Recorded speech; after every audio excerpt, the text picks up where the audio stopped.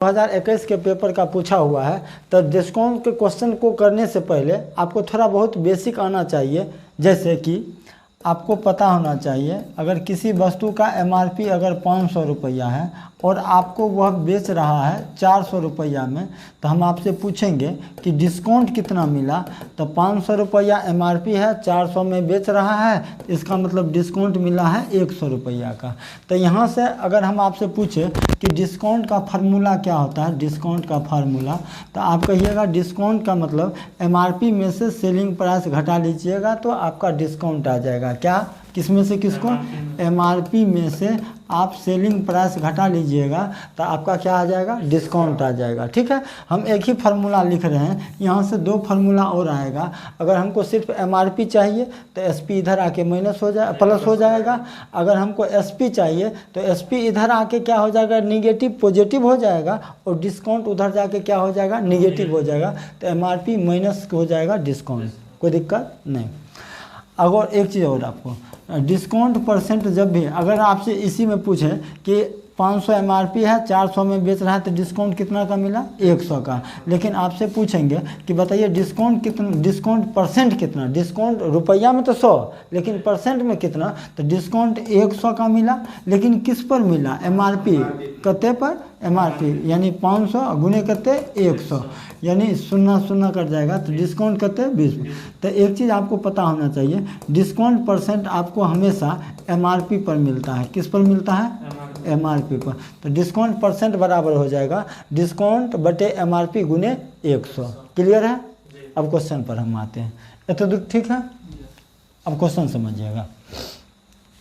कहता है कि 12 संतरे का क्रय मूल्य, तो एक संतरा का क्रय मूल्य अगर CP मान लेते हैं तो 12 संतरा का क्रय मूल्य कितना हो जाएगा? 12 CP हो जाएगा।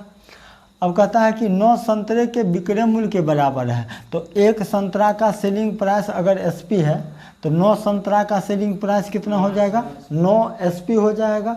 और क्वेश्चन में कहता है कि बराबर है, तो ये 12 संतरा का क्रय मूल्य है और ये 9 संतरा का विक्रय मूल्य है, आपस में क्या है?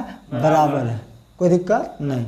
अब आगे कहता है और 10 संतरा पर प्रदान की गई छूट, तो एक संतरा पर डिस्काउंट छूट D है, तो 10 संतरा पर छूट कितना हो जाएगा? 10D हो जाएगा।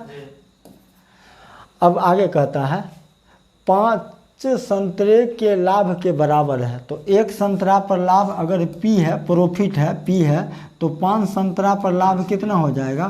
5P हो जाएगा।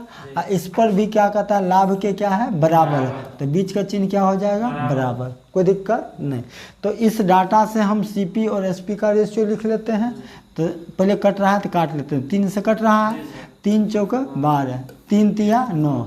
यहाँ से CP और SP का रेशियो लिखेंगे तो CP का मान हो जाएगा, CP को ढक देंगे तो CP का मान 3, और SP को लिखना है तो SP को ढक देंगे तो SP का मान कितना? 4, कोई दिक्कत नहीं।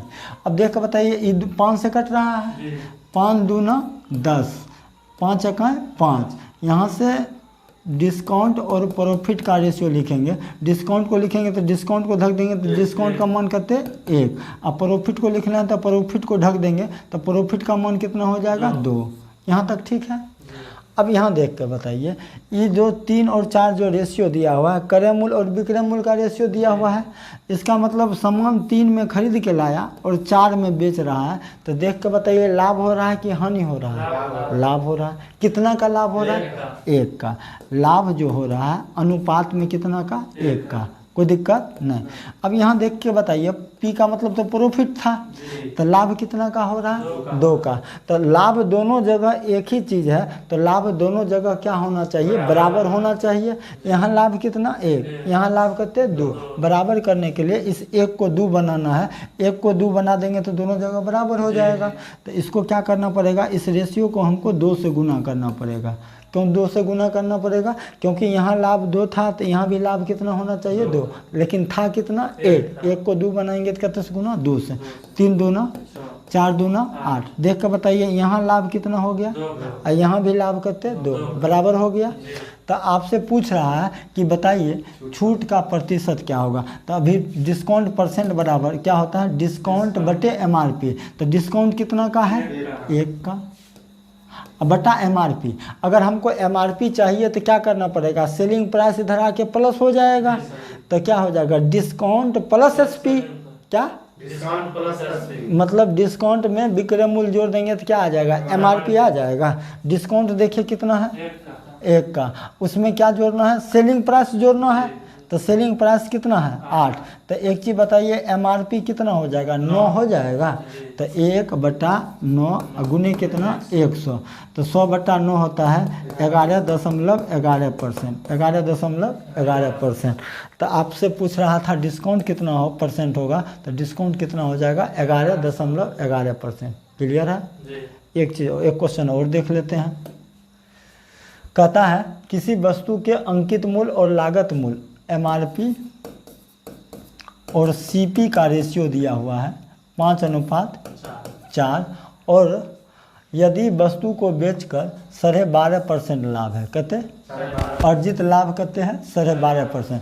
बच्चा जानता है 12.5% का मान 1/8 होता है, कितना 25% का फ्रैक्शन वैल्यू होता है 1/4, और 25 का आधा कर देंगे तो कितना हो जाएगा 12.5 हो जाएगा। इधर एक आधा किए हैं तो उधर भी आधा करेंगे तो 1/4 का आधा कितने हो जाएगा, ठीक है।